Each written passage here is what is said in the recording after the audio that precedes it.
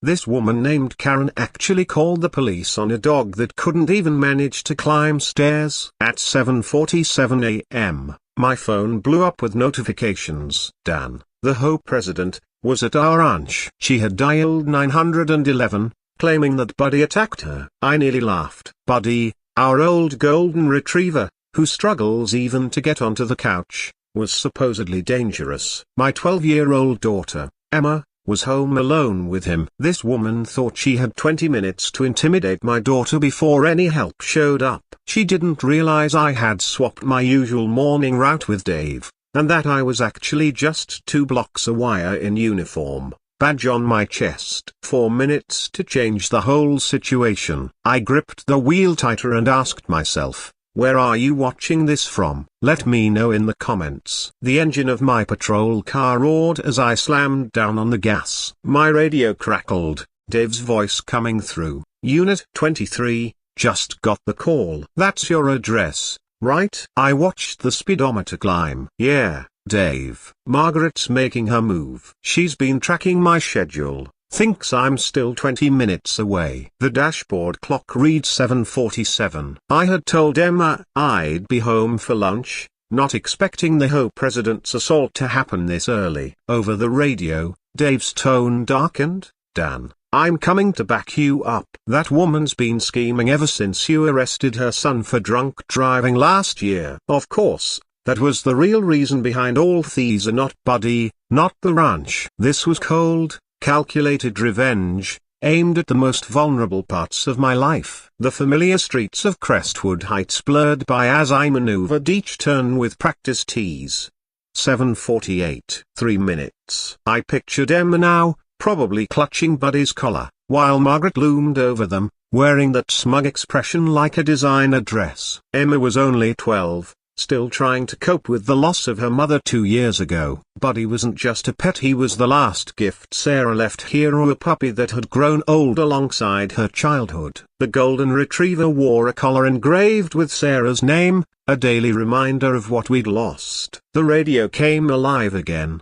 Dispatch, Unit 23 responding to animal complaint at 457 Ranch Road. ETA 2 minutes. The dispatcher sounded surprised. Unit 23, your records show downtown patrol schedule? A wry smile crossed my face. Schedule changed. Dispatch, I'm almost there. 7:49. The ranch came into view, and my worst fears took shape. Margaret Whitfield stood at the front gate, acting like she owned the place, her perfectly manicured finger accusingly pointed at Emma. 2 other officers were already there, looking uneasy as Margaret gestured wildly with her iPad. Emma knelt beside Buddy, tears streaming down her cheeks, arms wrapped protectively around the old dog who was, predictably, fast asleep on the grass. Even from a distance, I could see Buddy's graying muzzle and clouded eyes. He could barely handle stairs, let alone attack anyone. Margaret's voice pierced the morning air,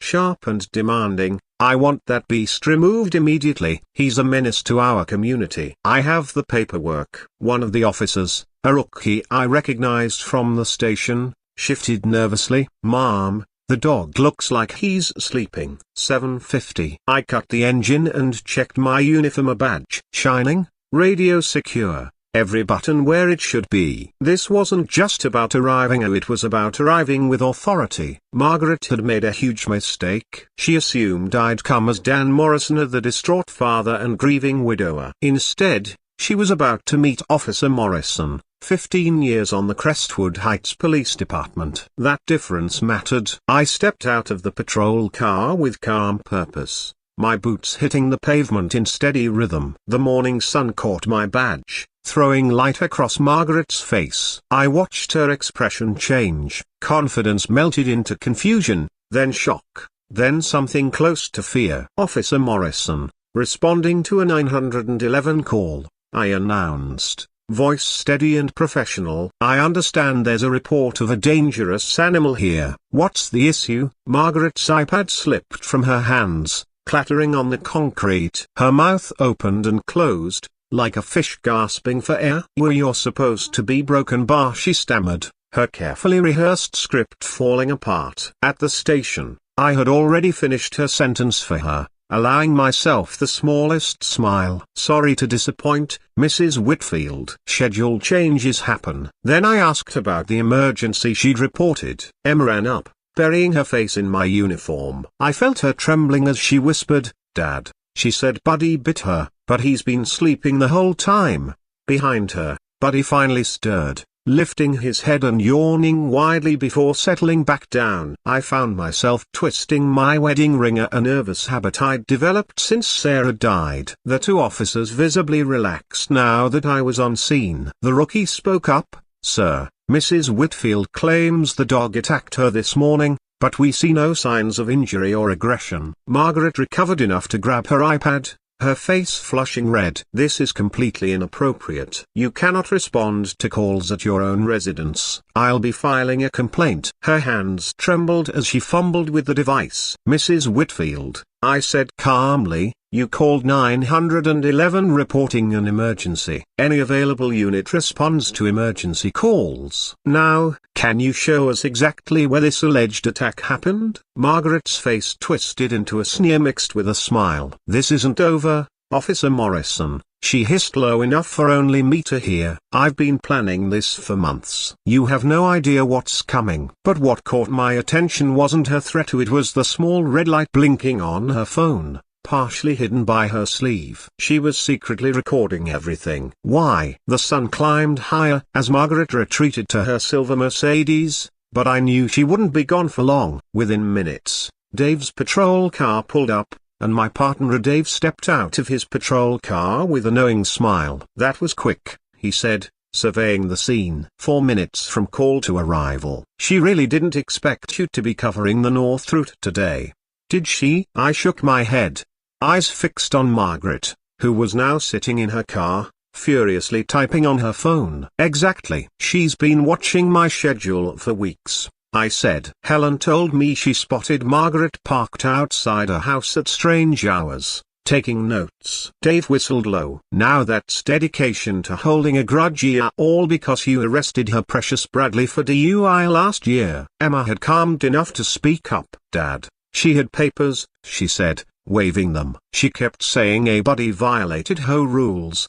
Something about him breathing too loudly." Even Dave chuckled at that. Buddy looked through the car window and yawned. It seemed even he found it ridiculous. Just then, as if on cue, Margaret stormed out of her car with renewed resolve, marching toward us with her iPad clutched like a weapon. "I'm not done here," she announced, her voice dripping with the false authority she'd perfected during her 3 years as HOA president. "Officer Rodriguez, glad you're here to witness this. Officer Morrison needs to see the official HOA regulations about dangerous animals." She thrust the iPad at Dave, who accepted it with patient professionalism. I watched as his expression shifted from neutral to amused, scrolling through whatever she was showing. "Mrs. Whitfield," Dave said slowly, "this is a Word document. Last edited at 6:47 a.m. this morning." Margaret's face flushed through several shades of red. "Those are the updated regulations. I have every right to enforce new rules for the safety of our community." "Actually," I interrupted,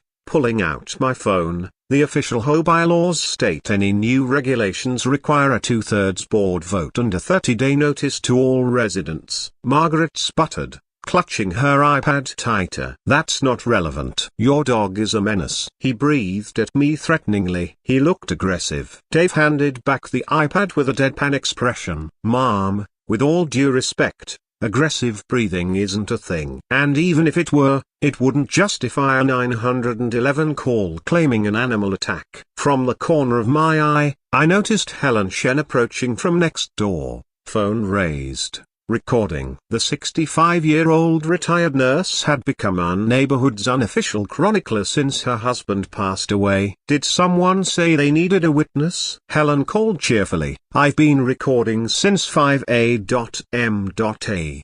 Helps me remember things at my age." Margaret spun around, furious. "That's illegal. You can't record people without their consent." Helen smiled sweetly. "Actually, dear, this is a public street, and my doorbell camera captures the sidewalk. Totally legal. Want to see this morning's footage? Margaret's confident mask cracked. No, that won't be necessary, she said too quickly. Dave and I exchanged looks. Actually, Dave said, we'd like to see that footage, Mrs. Chen, for the official report. Helen's eyes sparkled as she approached, her floral housecoat fluttering in the breeze. Of course, Officer Rodriguez, happy to assist law enforcement. Dave's whole demeanor shifted as he watched Helen's video. You know what, Dan? I'm done with this. His voice held a weight I hadn't heard before. Last year, she called 911 on me for parking 2 inches over my driveway line. I spent 20 minutes convincing dispatch I was on my own property. He turned to face Margaret directly. You've weaponized emergency services against your neighbors for the last time. Margaret's mouth dropped open at Dave's sudden firmness. Officer Rodriguez, she said sharply, I'm maintaining standards. Dave wasn't finished. Standards? You mean harassment? I'm done being neutral,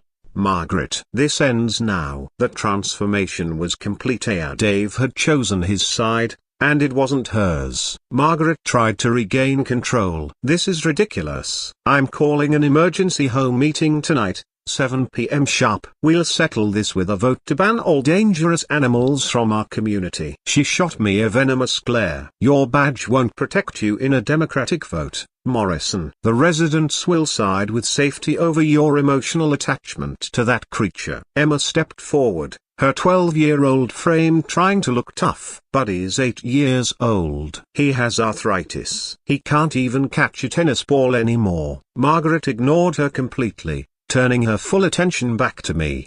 7 p.m., Morrison. Don't be late. And I suggest you start looking for a new home for that animal. After tonight, keeping him here will cost you $500 a day. As Margaret stormed back to her car for the last time, Helen pulled me aside. Her usual cheerful tone was gone, replaced by seriousness. Dan, there's something else on my video you need to see. She showed me the footage. Grainy but clearer, a van pulling up near our fence before dawn. The driver stepped out, shook hands with Margaret, and accepted what looked like cash. The company logo was faintly visible under the streetlight. A Grinkle. I caught the first letters and felt my blood run cold. The man was Tom Brennan, Margaret's brother-in-law. I knew him from a case 3 years ago. His company, Grinkle Pest Control, had lost its license for using banned chemicals. Helen, I said slowly, I know that man. If he's involved. She showed me the screen again.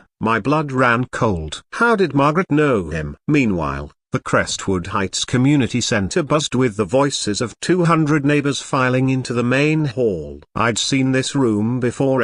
Birthday parties, wedding receptions, holiday gatherings. But tonight, it felt more like a battlefield. The community center felt more like a courtroom, with Margaret presiding from behind the HOA board table like a judge ready to deliver a verdict. Emma sat beside me in the front row, her fingers tightly gripping mine. At our feet, Buddy lay peacefully, completely unaware that a room full of strangers was deciding his fate. Helen had taken a strategic seat in the third row, her phone already recording. Dave stood near the door, dressed in plain clothes, having come straight from his shift to stand with us. The air was thick with the smell of coffee and judgment, a mix that churned my stomach. I nervously twisted my wedding ring, painfully feeling Sarah's absence at this critical memento when our family was under attack. Margaret banged her gavel 3 times, more forceful than necessary, and called the meeting to order with an overly enthusiastic tone. Thank you all for attending this emergency session,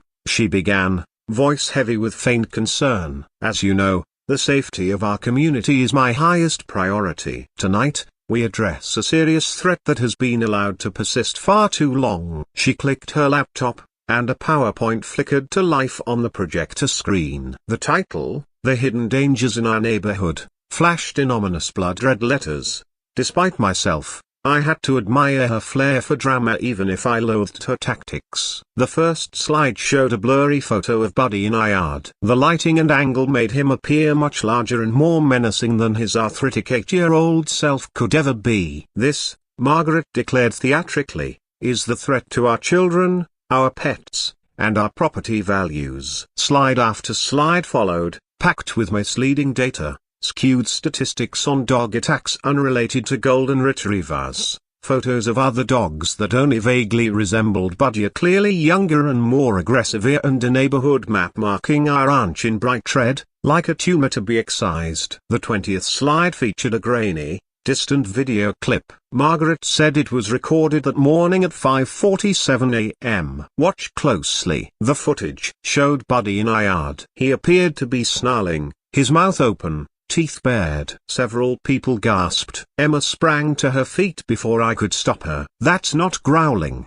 she said, her voice surprisingly firm. "Mrs. Whitfield, why were you filming our house at 5:47 in the morning?" "I know, because I was awake, getting ready for school," Emma added quickly. Buddy was yawning. "He always yawns when he first wakes up." Whispers filled the room. Margaret's face flushed, but she pushed on. "Regardless of what the child says, the fact remains, this animal poses a risk. Therefore, I propose the following motion, effective immediately: all dogs over 50 pounds shall be banned from Crestwood Heights. Furthermore, any household harboring such animals will be fined $500 per day until the animal is removed." The murmurs grew louder. Many neighbors owned large dogs. "That's insane," someone shouted from the back. Tom Bradley, whose family had 2 Labradors, stood up. "You can't just ban dogs because you don't like them." Margaret slammed her gavel down. "Order. There will be a proper discussion after I present all the evidence." But Helen was already standing,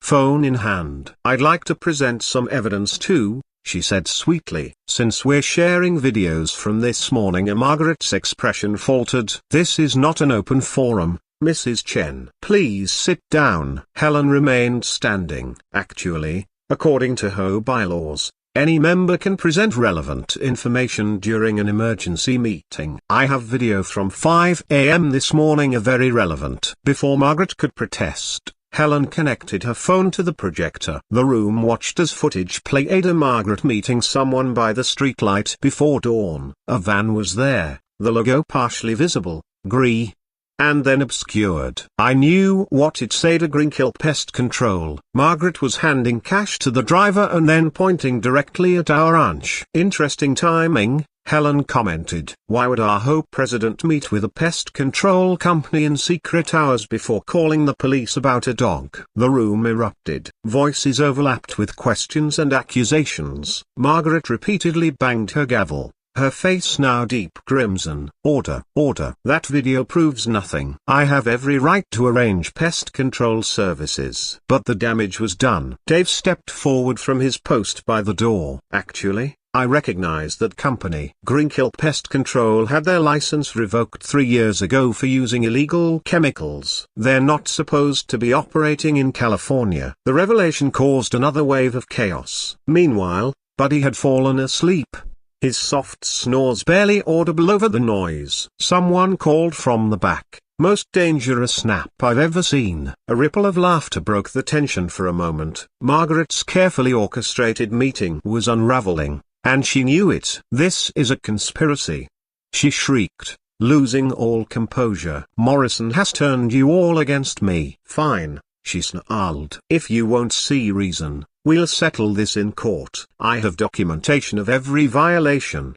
every complaint, to every time that mongrel has disturbed the peace of our community." I stood slowly, keeping my voice calm despite the anger boiling inside me. "Margaret, what violations?" "Buddy is licensed, vaccinated, and hasn't bitten anyone in his 8 years. You've offered no real evidence here, just edited videos and false accusations. What is this really about?" She turned to me, and for a moment her mask slipped completely. Pure hatred flashed in her eyes. "You know exactly what this is about," she hissed. "You destroyed my family, my son's future. For what? A few drinks? He was going to Stanford. Now he's at community college because of his record. You ruined everything." The room fell silent. Everyone hung on her words. Emma squeezed my hand tighter. "So you decided to go after my daughter's dog?" I whispered. "A gift from her late mother," Margaret snapped back, her voice cold. "Is that your idea of revenge?" Suddenly, it felt like she'd said too much. She straightened up, trying to mask her slip and regain control. "The vote is postponed pending further review. This meeting is adjourned." She grabbed her laptop and papers, shoving them haphazardly into her designer bag. As people began to file out, whispering about what they'd just witnessed, Margaret stopped beside me. Her voice dropped low. "Meant only for me. You have no idea what I'm capable of, Morrison." This was just the opening act. Her gaze flicked down to Buddy, still sleeping peacefully, then back to me. "Enjoy your last few days with that mutt. I promise you they'll be unforgettable." The next morning, I woke to Emma's scream. "Dad, the grass is dead, and Buddy won't eat." I bolted out of bed, my heart pounding. Emma knelt beside Buddy, who lay on his side, breathing hard. A perfect square of scorched, blackened grass surrounded his favorite spot. The earth burnt as if acid had been poured on it. In the center of the dead patch was a faint but unmistakable outline near a skull and crossbones. My hands trembled as I checked Buddy's gums. They were pale, too pale. "Emma,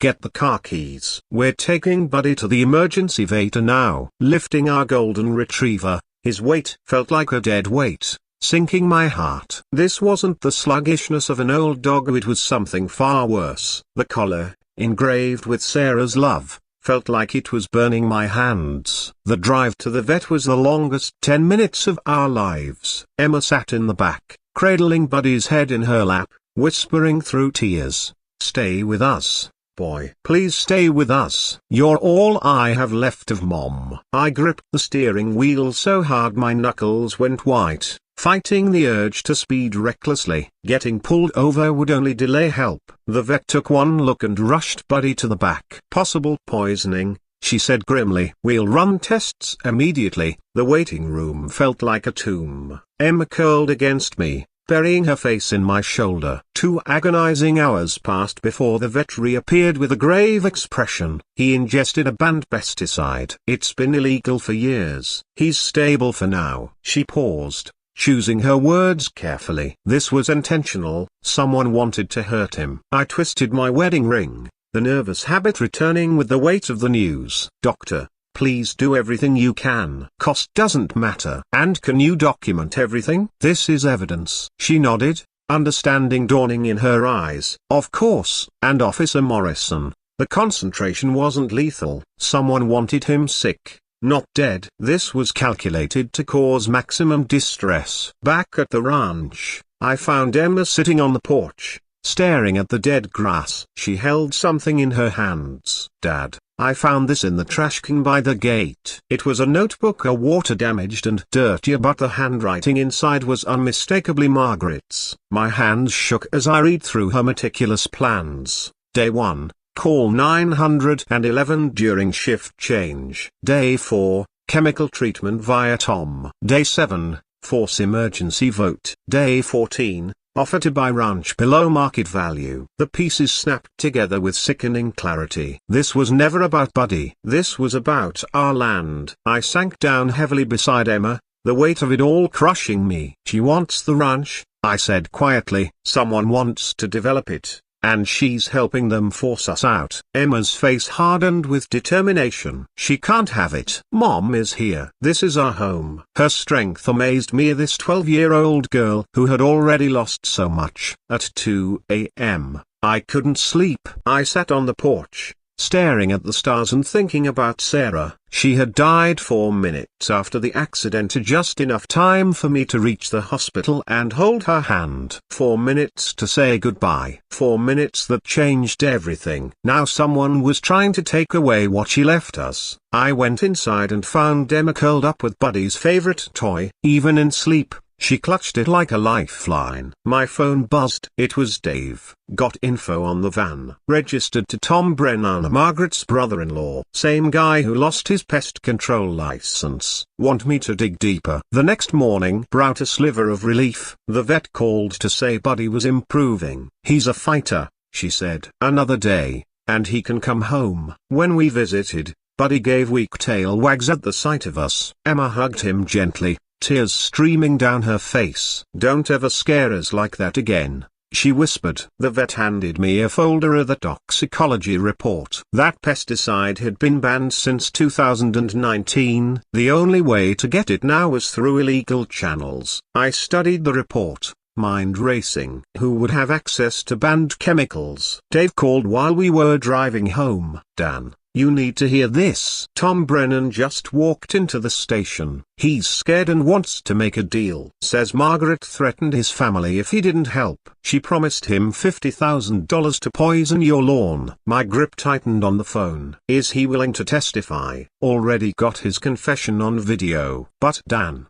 there's more. Margaret's been taking payments from Pinnacle Development. They want your ranch for a shopping complex. She gets a $200,000 finder's fee for each property she delivers. The scale of her scheme was staggering. What about the other families who left? I asked. Dave's voice was grim. The Petersons' koi pond was poisoned with the same chemical. The Williams had mysterious vandalism, all sold cheap to buyers connected to Pinnacle. She's done this at least 3 times. Emma, who had been quietly listening, now spoke up. Dad, her notebook mentions other names: the Johnsons, the Jans. They're next. I felt sick. How many families had Margaret terrorized? How far would she go? How many families had she driven from their homes? My phone rang an unknown number. I answered cautiously. Officer Morrison, this is Judge Coleman's office. Mrs. Whitfield has filed a civil suit against you for defamation and harassment. The court date is scheduled for tomorrow at 9 a.m. So Margaret was striking back. Fine. I had my own ammunition now. Dave,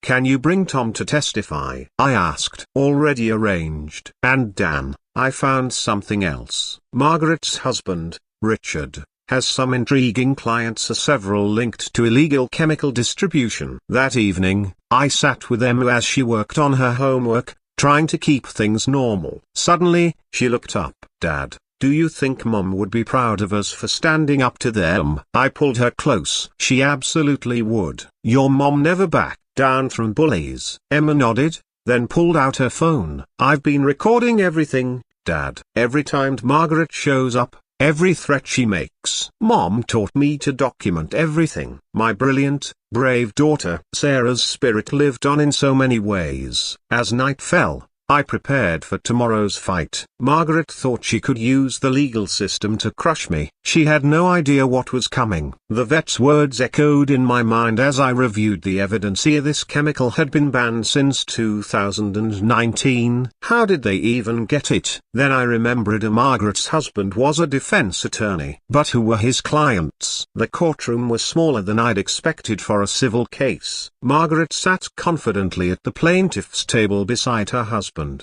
Richard, dressed impeccably in a designer suit. She was suing me for defamation and harassment, demanding damages and a restraining order. I sat alone at the defendant's table, having decided to represent myself. In the gallery, Dave waited with Tom Brennan, who looked ready to bolt at any moment. Helen was there too, her phone suspiciously hidden in her purse. Emma sat front row, trying to look brave. Judge Coleman entered and we all rose. She was known for her no-nonsense demeanor and sharp legal mind. Margaret's smile said she thought this would be easy. She was wrong. Richard stood first, his expensive suit flawless. Your Honor, my client has been the victim of a relentless campaign of harassment by the defendant. He has turned the community against her, damaged her reputation, and made baseless accusations without evidence. Richard's case flowed smoothly, painting Margaret as a dedicated HOA president trying to uphold community standards. He showed photos of our untidy ranch, complaints from anonymous neighbors about Buddy, and even Margaret's injuries from an alleged dog attack. Furthermore, Richard continued, the defendant abused his position as a police officer to intimidate my client during what should have been a straightforward HOA dispute. He presented a medical report documenting the trauma Margaret claimed to have suffered from the dog. Judge Coleman examined it skeptically. I don't see a doctor's signature on this report, Mr. Whitfield. Richard shuffled his papers. Dr. Peterson was unable to attend today. The judge frowned but pressed on. Officer Morrison, do you have legal representation? I stood. I'm representing myself, Your Honor. Margaret smirked. She thought I was out of my depth. Time to prove her wrong. Your Honor, I began. I'd like to present evidence that not only disproves the plaintiff's claims but exposes a criminal conspiracy. Richard jumped to his feet. Objection. This is a civil matter. Judge Coleman waved him down. I'll decide what's relevant. Continue. Officer Morrison. I started with Tom Brennan's video confession, playing it on the courtroom screen. The room fell silent as Margaret's brother-in-law detailed how she had paid him to poison our property with banned chemicals. Margaret's confident expression started to crack. Tom's voice echoed in the room. She promised me $50,000. Once the dog was sick, they'd have to move. She already had buyers lined up through Pinnacle Development. Richard objected again, but the judge was focused on the testimony. Next, I presented the veterinary report, explaining how Buddy was poisoned with a pesticide banned since 2019. The only way to get it would be through illegal sources. That brings me to this. I showed Dave's research on Richard's client list. Mr. Whitfield has represented several individuals convicted of illegal chemical distribution. 1. Marcus Webb was caught with a stockpile of the exact pesticide used on my property. The courtroom murmured. Judge Coleman leaned forward. Are you suggesting Mr. Whitfield facilitated access to illegal substances? I chose my words carefully. I'm presenting a pattern of connections, Your Honor. The plaintiff had the means, motive, and opportunity. Then came Emma's recordings. My daughter's clear voice played through the speakers, capturing Margaret making threats, discussing her plans with others, and celebrating when Buddy got sick. Once that mutt is gone, Margaret's voice said on the recording, Morrison will be so broken he'll sell cheaper just like the Petersons, just like the Williams. Richard jumped up again. This is inadmissible. Recorded without consent. Judge Coleman shook her head. These appear to have been recorded in public spaces or from the defendant's own property. I will allow it. I then presented Margaret's notebook at Emma's discovery. The judge read it with growing concern. The detailed plan to force us out, the list of other targeted families, the financial arrangements with Pinnacle Development, it was all there in Margaret's handwriting. Dave testified next, explaining the pattern of families forced out of Crestwood Heights. All had large properties, all sold below market value following mysterious incidents. At least 3 families in the last 2 years, Your Honor, Dave said. All suffered vandalism or pet poisoning before selling to buyers connected to Pinnacle Development. The evidence was overwhelming, but I saved the best for last. Your Honor, I'd like to call Tom Brennan to testify. 2. At least something was going right. We drove to pick up Buddy, Emma chattering excitedly about never having to worry about Margaret again. But as we pulled into our driveway that evening, I noticed something strange. A van parked across the street. Someone sat inside, holding a clipboard. That night, a man knocked on our door. I'm Dr. Peterson, animal behavioral specialist, here for a court-ordered evaluation of your dog. Emma whispered, Dad, that's the guy from the toothpaste commercial. What was Margaret's last move? Emma was right. The man at our door was the same actor from the Bright Smile toothpaste ads that aired every morning. Same gleaming teeth, practiced smile, perfectly styled hair. But now he wore a white lab coat and carried an official-looking clipboard. Dr. Peterson, licensed animal behaviorist, he said, extending his hand. I'm here for the court-mandated evaluation of your dog. I kept my face neutral but my mind was racing. There had been no court order for an evaluation. This was Margaret's doing. Please come in, I said calmly. May I see your credentials and the court order? He fumbled through his briefcase and produced a laminated card that looked like it was printed at home. Of course, I'm fully certified in canine behavioral analysis. Emma had already run to the living room where the TV was on. Dad,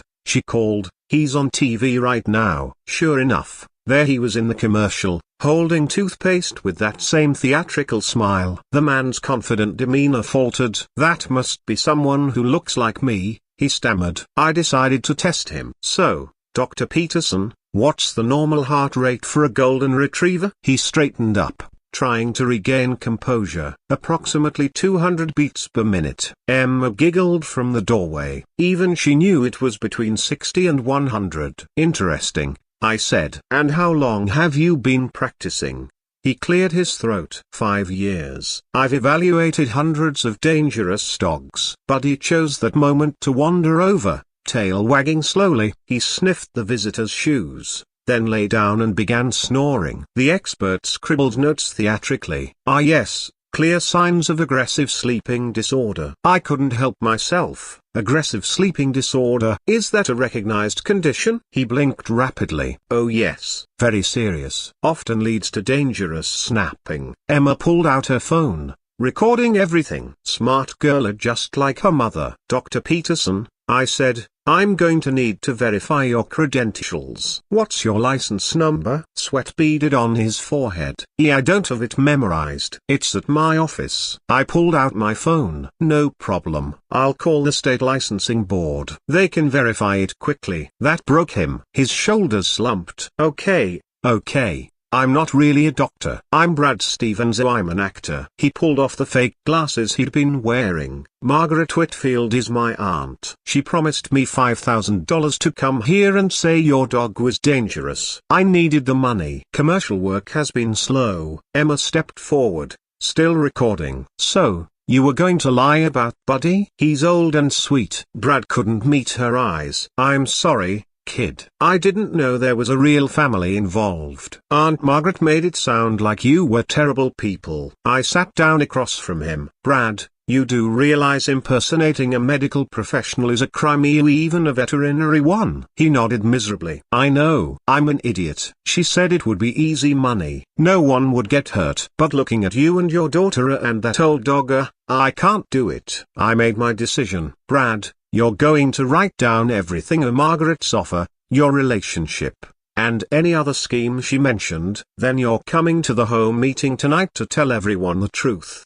His eyes widened. She'll destroy me. Her husband represents half the casting directors in Los Angeles. But Dave arrived just then, having received my earlier text. Mr. Stevens, he said, flashing his badge. We can protect you from retaliation, but we need your cooperation. Brad looked between us, then at Emma still holding her phone, then at Buddy peacefully snoring. Okay, he said finally, I'll do it. I'll tell the truth. That evening, the Crestwood Heights Community Center was packed. Word had spread about the fake expert, and everyone wanted answers. Interim HOA President Robert called the meeting to order nervously. Before we begin, Robert said, we have someone who needs to address the community. Brad stood, looking like he wanted to disappear. The entire room recognized him from various commercials. Hi everyone, I'm Brad Stevens. You might know me from the toothpaste. I'm sure you all recognize me from the toothpaste ads or maybe the hemorrhoid cream commercial.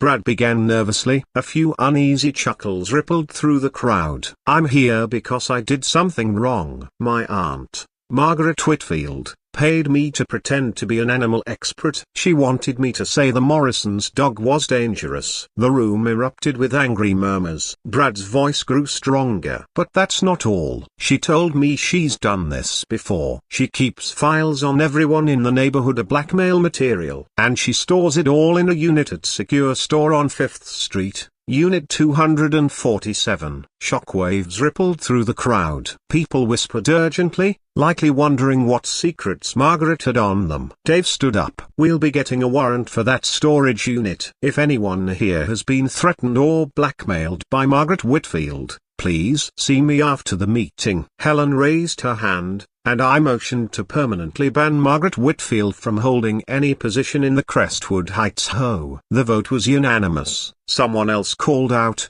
and I proposed removing all pet restrictions beyond the county's requirements. Another unanimous vote followed. Buddy was officially safe here forever. As the meeting wrapped up, Brad approached me. Officer Morrison, I'm really sorry. She made it sound so simply, just tell a little lie, get paid. No harm done. I looked at the struggling actor. Brad, you did the right thing in the end. That's what matters. He nodded gratefully and hurried away. Neighbors gathered around us after the meeting, sharing stories of Margaret's reign of terror. Fines for grass height varying by half an inch. One complained. Complaints filed because children's bicycles were the wrong color. Harassment over holiday decorations being up just one day past her arbitrary deadline. We were all terrified of her. Mrs. Chan admitted. She seemed to know everyone's secrets. The storage unit would later reveal the full extent of Margaret's surveillance via photos of neighbors taken without consent,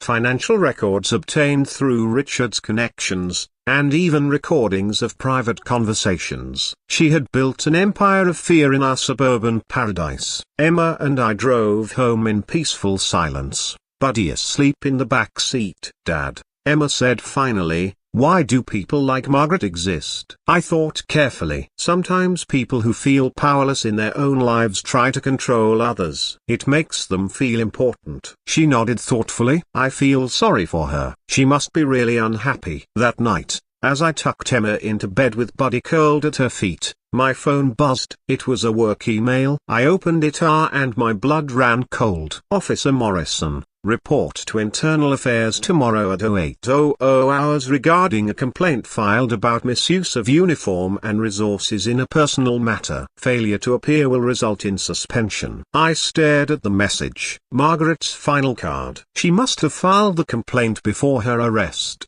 knowing it would be processed no matter what. The email continued. Complainant provided video evidence of you responding to a personal address in uniform during scheduled patrol hours. The video from her hidden phone. She had planned for this all along. How did Margaret know about the one policy that could end my career? My hands were steady as I buttoned my dress uniform at 7:30 a.m. But my mind raced. Internal Affairs at 8 o'clock. Margaret's final trap. Sprung from her jail cell. She had filed the complaint before her arrest, and now the bureaucratic machine was grinding forward despite her criminal status. Emma watched from the doorway, worry etched on her young face. "Dad, what if they fire you?" I knelt down to her level. "Whatever happens, we'll face it together just like Mom taught us." Buddy padded over, resting his grey muzzle on my knee. At least he was healthy again, thanks to everything we had fought for. I kissed Emma goodbye and headed to the station, arriving at 7:55 a 5 minutes early. As always, the Internal Affairs office felt like a tomb. Captain Patricia Wells sat behind her desk, Margaret's complaint file open before her. To my surprise, Margaret herself sat in the corner with a new lawyer, having made bail yesterday. She wore an ankle monitor, but her smirk was still intact. "Officer Morrison," Captain Wells began, her voice neutral, "Mrs. Whitfield has filed a serious complaint. She alleges you abused your position by responding to a personal matter while on duty and in uniform." The lawyer, a sharp-dressed woman named Stevens, placed a tablet on the desk. "We have video evidence of Officer Morrison arriving at his personal residence in his patrol vehicle, in full uniform, to intervene in what was clearly a civil matter." The video played, showing me stepping out of my patrol car that Monday morning. Margaret's hidden phone had captured everything. "This is a clear violation of Department Policy 2.3, Stevens continued, "using official resources for personal benefit." Captain Wells studied the video, then looked at me. "Officer Morrison, you have 4 minutes to explain before I make my determination regarding suspension." 4 minutes. The irony wasn't lost on me. I stood, pulling out my own phone. "Captain, I'd like you to hear the actual 911 call from that morning." The room filled with the dispatcher recording, Margaret's voice clear and urgent. "This is Margaret Whitfield at 457 Ranch Road. There's a dangerous animal attacking people. We need help immediately," the dispatcher replied. "Are there injuries? Is anyone in immediate danger?" Margaret responded, "Yes, the animal is vicious. The owner isn't home. Please hurry." Then came the crucial part. The dispatcher said, "Mom, can you describe the animal?" Margaret interrupted, "It's just to send someone. Officer needs assistance. I mean, we need an officer's assistance." Captain Wells raised an eyebrow. The slip was subtle but significant. Stevens tried to interrupt, but the captain held up a hand. The recording continued. "Units be advised," the dispatcher announced, "possible 415 at 457 Ranch Road. Caller mentioned office needs assistance." I paused the recording. "Captain, a officer needs assistance is our emergency code," I explained. "Any unit nearby responds immediately, regardless of their assignment. Captain Wells leaned forward. Continue. Mrs. Whitfield knew exactly what she was doing, I said. She studied police codes. She knew that saying those words would trigger an emergency response. She also knew my schedule and that I was supposed to be downtown. What she didn't know was that I had swapped routes with Officer Rodriguez that morning. Dave quietly stepped forward, standing by the door. Captain, if I may, he said. Wells nodded, and Dave continued. I can confirm the schedule change. Dan covered my north route so I could take my son to a doctor's appointment. It was a last-minute switch, not yet updated in the official system. Margaret's smirk faltered. Stevens shuffled papers nervously. Regardless, he still responded to his own address. Stevens said, but I'm not done. I raised a hand. Captain, there's more. Helen Chen, our neighbor, had doorbell camera footage from that morning. I connected my phone to the screen. The video showed Margaret at 5 a.m., practicing her 911 call in the quiet dawn. Her voice was clear and deliberate. I need to say a officer needs assistance. That'll make Morrison rush here in uniform. Then I'll have him on video misusing his position. The room fell silent. Margaret's face went pale, even her lawyer looked stunned. The footage continued. Margaret was on the phone talking to someone. Bradley, yes, it's all set. Morrison will be here in full uniform because he'll think it's a real emergency. I'll get it all on video. 20 minutes should be enough time to traumatize his kid before any cop shows up. Wait. What do you mean? Which Morrison? The cop who arrested you, idiot. My son. Captain Wells's expression turned to stone. Mrs. Whitfield, you deliberately made a false emergency call. You used emergency codes to manipulate our response system. That's a federal offense. Margaret tried to speak, but her lawyer grabbed her arm, shaking her head. The captain continued, furthermore, this recording shows premeditation and malicious intent. But there's one more piece of evidence. I added,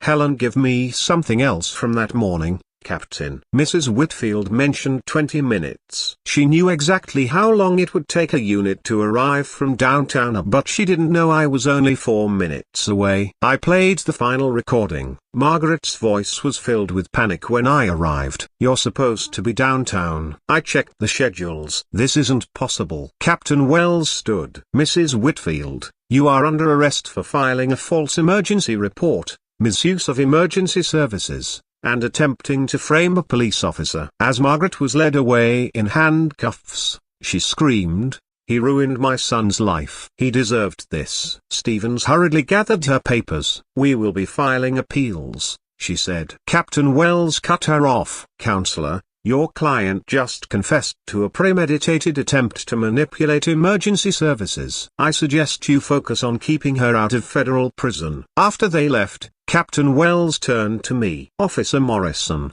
this complaint is dismissed. Furthermore, you showed remarkable restraint in a situation designed to provoke you. There will be a notation in your file reflecting that. Relief washed over me like a wave. My career was safe. My family was safe. That evening, the entire neighborhood gathered at our ranch for a celebration barbecue. Dave manned the grill while Helen poured her famous sweet tea. Emma played with the other kids, Buddy trotting slowly but happily alongside them. The Johnsons brought potato salad. The Chins brought their famous dumplings, and even Brad Stevens showed up with a cake that read, "Sorry I pretended to be a vet." It felt like a real community again, free from Margaret's reign of terror. Robert, the interim HOA president, clinked his glass to get everyone's attention. I motioned for the crowd to officially thank me for standing up to tyranny. The cheer that followed could probably be heard 3 blocks away. As the sun set, I found myself standing beneath Sarah's oak tree. Emma slipped her hand into mine. Mom would have loved this,